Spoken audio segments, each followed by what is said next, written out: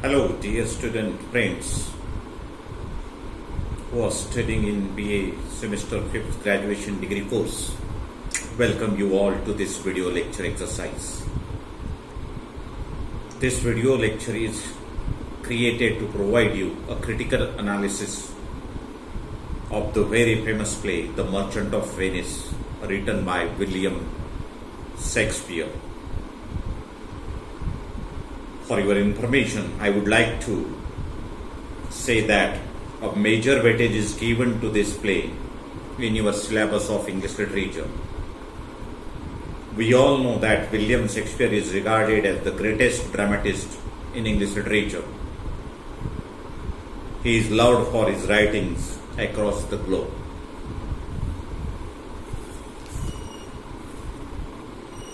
The plot or the story of this play is woven in and around the city of Venice. Please keep this factor in mind.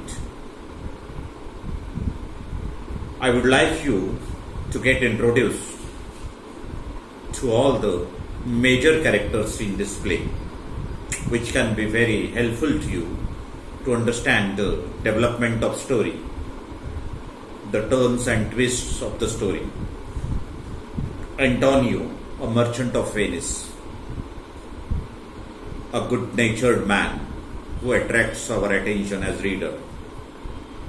Shylock is another merchant of Venice who is a rival in the business with Antonio.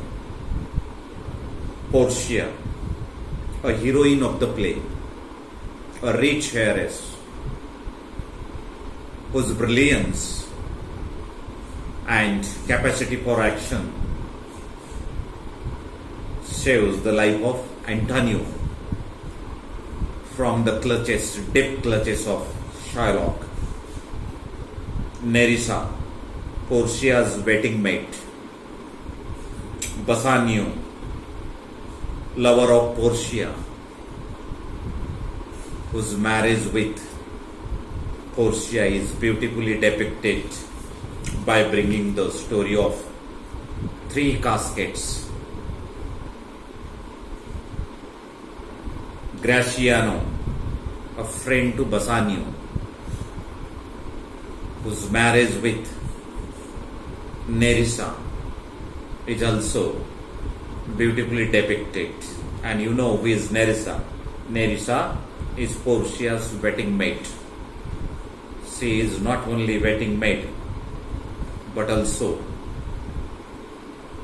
a guide, counselor to Portia. Jessica, a daughter of Shylock, who elopes with Lorenzo and finally gets all the wealth of Shylock. Then a Duke of Venice, whose character is also important, in whose court the case of Shylock and Antonio is brought for judgment. Prince of Morocco and Prince of Aragon. These two characters are also important. They are suitors to Portia. These are the important major characters in the play with which you need to be introduced, to be well acquainted with, to be familiar with, to understand the structure, the development, the turns and twists of the story. Now, as I said earlier, the story of the play is woven around the city of Venice, the city being very famous historically. In the city of Venice, there lived two friends, very much devoted to each other. One is Antonio and another is Bassanio. Antonio is a rich merchant in Venice who owns a few ships which keep trading with distant lands. He is a true Christian and believes in Christian charity. He lends money to the needy and the poor without charging any interest. According to him, it is very immoral to charge interest on loan. He is very generous and kind-hearted. Antonio and his friendship with Bassanio catches our attention throughout the play. Due to this factor of friendship, Antonio becomes ready to be a guarantor for the loan from his enemy, a rival businessman Shylock, to help Bassanio in his marriage. Bassanio is interested in the Portia and wants to marry with Portia, but he doesn't have money, sufficient money. That's why he goes for the loan from Shylock, but Shylock becomes ready to pay him loan only if Bassanio brings any guarantor into the matter. Bassanio, being the friend of Antonio, requests Antonio for it, and Antonio readily becomes the guarantor for it on very strange condition put by Shylock in the bond. And what was that condition? If the loan is not paid within specified time, then the guarantor would require to give a pound of flesh to the lender. It means to Shylock. That was the strange condition put down in the bond. The bond was registered in the notary. And what happens in course of time? With the hope that his ships would return after some days and would bring a good fortune to him, Antonio becomes ready to give guarantee to loan. But unfortunately, his ships didn't return in time with money earnings. His ships are lost on the way and he is ruined there. And this was the opportunity Shylock was waiting to take revenge upon Antonio, because Antonio in public had insulted Shylock many times, and Shylock wanted to take revenge, and now this has become a very good opportunity for him now to take revenge. The money is not returned within a specified time, and Shylock takes the matter to the court of the Duke of Venice. The argument, the case is pleaded there, and in the case, the lawyers come to the court. The Antonius case is pleaded by Portia in disguise as a lawyer. Portia brilliantly puts the matter in the court and wins for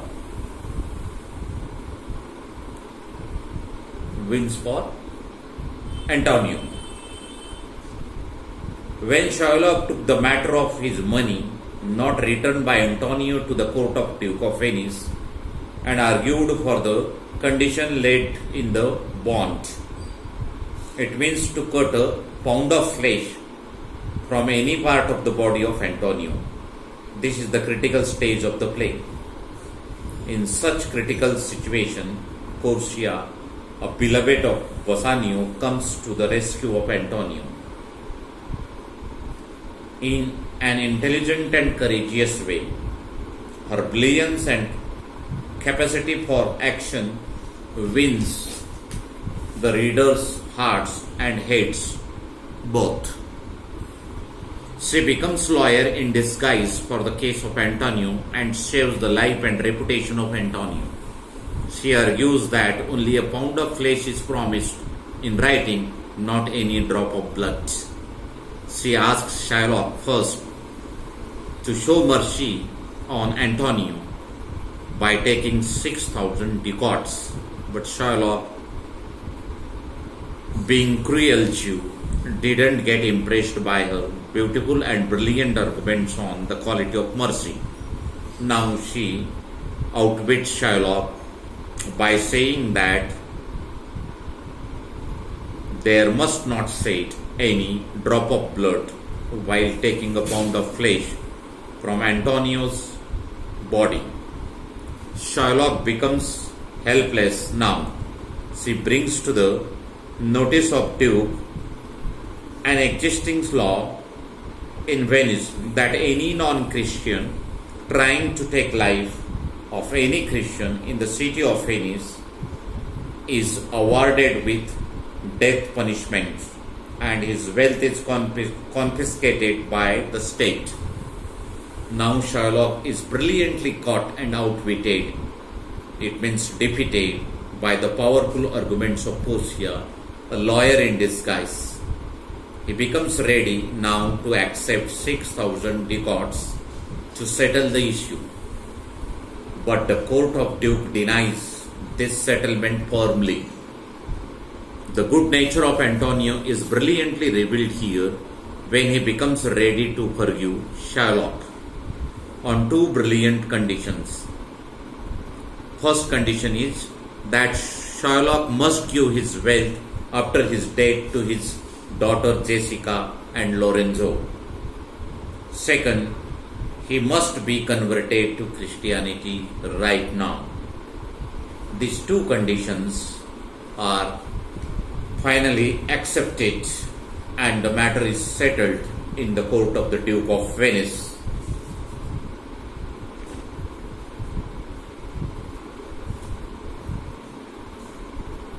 Bassanio's love with Portia is successfully realized only by the help and encouragement of Antonio to Bassanio.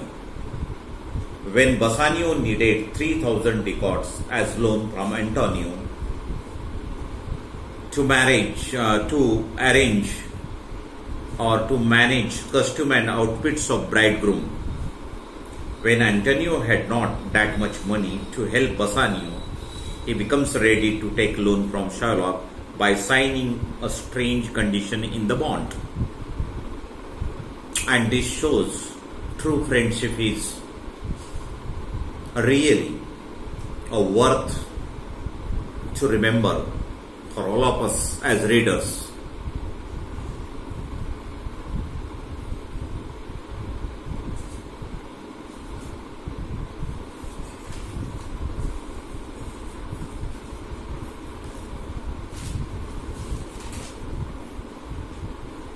The marriage of Pornia with Bassanio is an interesting one. In the will papers, the father of Portia had mentioned about the marriage of Portia. There were 3 caskets. One is of golden, second is of silver, and third one is leaden casket. In the will, it is particularly mentioned that Portia would marry only to a person who successfully finds the picture of Portia put into one of the 3 caskets. The game is played by many suitors, which includes the Prince of Morocco and the Prince of Aragon, the principal suitors for the hand of Portia in marriage. But both failed. The Prince of Morocco went for golden casket and found in it a death skull. The Prince of Aragon went for silver casket and found there in a picture of idiot. But the man Bassanio went for lead casket, and there he found a picture of Portia put into it. It means Bassanio successfully picked lead casket and he found the picture of Portia. And finally, the marriage is arranged between Bassanio and Portia. The servant or the attending maid of Portia, whose name is Nerissa, she is also wedded to Gratiano, a friend of Antonio and Bassanio. It means here three pairs are beautifully depicted in marriage. First pair is Bassanio and Portia. Second is Gratiano and Nerissa. Third one is Jessica and Lorenzo. So you need to remember all the turns and twists. For this, I would suggest you to read the story again and again to find the twists and turns in the story.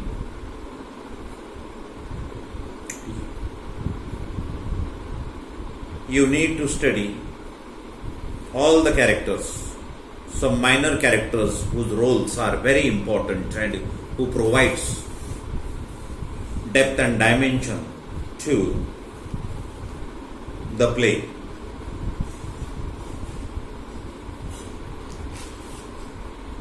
There are many themes in the play brought out beautifully for the entertainment and enlightenment of the readers. The theme of love, hatred, mercy, and prejudice are the major themes. The reader is caught from the beginning to the end in the turns and twists of the story. One merchant of Venice is shown as cruel and selfish. Another merchant of Venice, whose name is Antonio, is shown as very generous and good-natured. Both are rivals, and this rivalry is a very important factor in the story. Without this rivalry, the story of the play wouldn't have made the play as tragic comedy. It is tragic comedy because the Shylock, the fate of Shylock is here brought to ruins, and he is completely defeated. That is the tragic element. And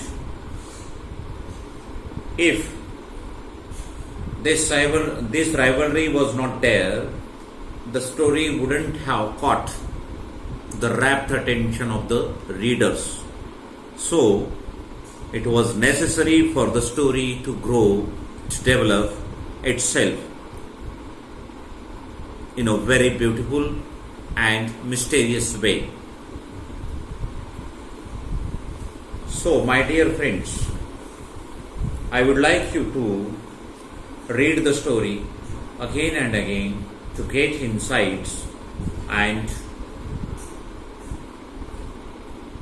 understanding of it that can make you to answer any question which can be asked by the university to clear your examination.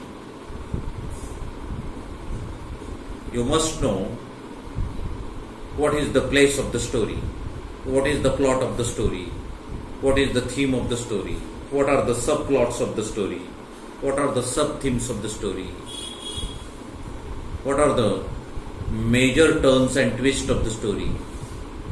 You must know. And for that, you must reach the original text again and again.